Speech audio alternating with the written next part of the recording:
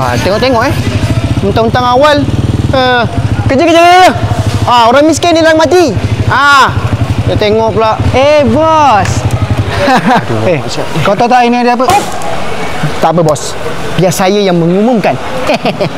Hey guys, pengumuman. Okey, ibu-ibu, bapa-bapa, bos kita tengah mencari rider dan motor dan kereta pekerja baru. Alright, tahun depan barang kita akan spike. Kau punya. So, hub yang kita perlukan di TTDI Jaya Shalom, Cyber Jaya dan Bukit Kota Kemuning. So, mana-mana yang ada saudara mara atau jiran-jiran yang masih dalam pengangguran berjaya, boleh datang ke 3 hub ni untuk apply bekerja.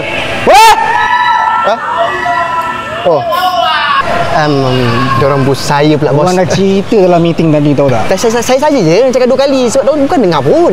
Disebabkan kau datang terpaling awal, pukul 1 baru kau sampai, aku nak kau settlekan semua barang-barang ni. Bos saya hari ni nak balik awal sebab tunang saya mengandung. Awal pula dia. Aku akan pastikan untuk azam tahun 2026 ni, aku takkan MC. Kerja yang sangat rajin.